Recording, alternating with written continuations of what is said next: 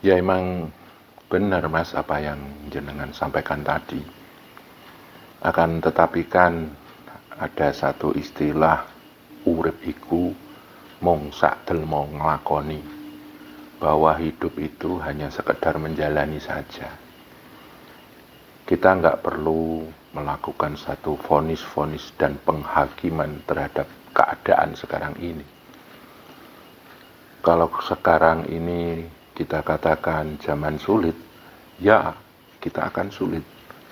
Kalau kita mengatakan saat ini adalah zaman makmur, ya bisa dibilang makmur. Nyatanya apa-apa sekarang mudah kita dapatkan. Semua tergantung dari sudut pandang kita saja sebetulnya. Dan memang ada satu fenomena saat ini yang namanya wolak-waliking zaman. Kebolak-baliknya zaman. Apa itu? Ada satu masa di mana seperti kebalik gitu loh Mas. Sekarang gunung aja kebanjiran. Padang pasir yang sulit air, itu pun kebanjiran.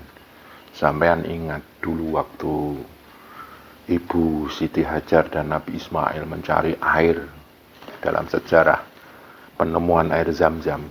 Sangat sulit air itu di padang pasir. Sekarang malah kebanjiran. Namanya aja juga wolak-waliking zaman. Kemudian saat ini orang-orang yang ahli agama bukannya mencerahkan Mas, tapi bikin ribut, bikin gaduh. Itu wolak-waliking zaman. Faktanya seperti itu Mas. Terus katanya sekarang ini zamannya orang pusing ya. Di Indonesia ini kalau kita telah lebih dalam, yang pusing itu justru orang-orang atas. Para pemimpin, orang-orang kaya, mereka pusing. Mereka yang tergoyang oleh terpaan badai zaman. Tapi orang-orang bawah, akar-akar rumput, mereka hidup apa adanya. Hidup seperti tidak terjadi apa-apa. Dan kalau sekarang katanya banyak pemecatan karyawan ya, pemutusan hubungan kerja. Sebetulnya itu ciri-ciri orang kaya udah mulai pusing, nggak mampu membayar karyawannya. Yang mana karyawan itu masih semangat bekerja. Itu wolak-waliking zaman. Akan tetapi kita nggak bisa memvonis bahwa zaman ini sulit bagi kita. Kita harus punya satu keyakinan Mas. Mau disebut zaman kegelapan, mau disebut zaman sulit, mau disebut zaman resesi yang global, monggo. Tapi yang jelas secara pribadi, pertahankan bahwa kita mampu menjalani. Toh kita ini menghadapinya bareng-bareng. Semua orang menghadapi zaman ini.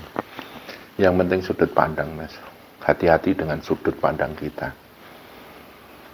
Yang kita perlu hati-hati bukannya keadaan yang ada di sekitar kita, tapi sudut pandang kita. Kalau sudut pandang kita itu benar, insya Allah akan berpengaruh dalam kita menghadapi keadaan sekarang ini Mas.